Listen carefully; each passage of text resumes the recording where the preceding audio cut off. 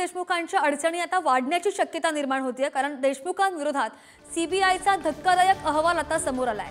जळगावच्या तत्कालीन पोलीस आयुक्तांना देशमुखांनी धमकावल्याचा आरोप होतोय आणि जळगावचे तत्कालीन एसपी प्रवीण मुंढेंनी सीबीआयकडे ही कबुली सुद्धा दिली आहे।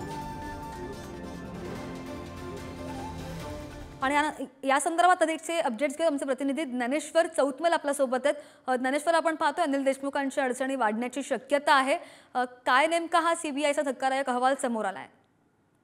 आपण जर बघितलं असेल तर जळगावच्या एका शिक्षण संस्थेच्या ताब्याच्या वादाचं हे प्रकरण आहे।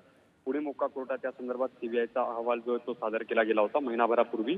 विजय भास्करराव पाटील आणि गिरीश महाजन यांच्या विरुद्ध जी तक्रार दिलेली होती त्याचं हे सगळं प्रकरण आहे। या सगळ्या प्रकरणात तत्कालीन गृहमंत्री अनिल देशमुख यांनी प्रवीण मुंडे जे एसपी होते त्यांच्यावरती दबाव टाकला गेला असं प्रवीण मुंडेंनी न्यायालयामध्ये माहिती सादर केली, जी सीबीआयकडे माहिती सादर केली। त्यामध्ये हे सगळं उघडकीस आलेलं आहे। त्याचा जो अहवाल आहे तो देखील आपल्या हाती लागलेला आहे। त्यामध्ये स्पष्टपणे असं म्हटलं गेलंय की जळगावचे तत्कालीन एसपी प्रवीण मुंडेंनी जी सीबीआयकडे कबुली दिली त्यात त्यांनी स्पष्ट सांगितले की तत्कालीन सगळ्या कार्यकाळात जे प्रकरण होतं त्या सगळ्या प्रकरणात गृहमंत्री अनिल देशमुखांनी दबाव टाकला होता, धमकी देण्याचा प्रयत्न केला होता।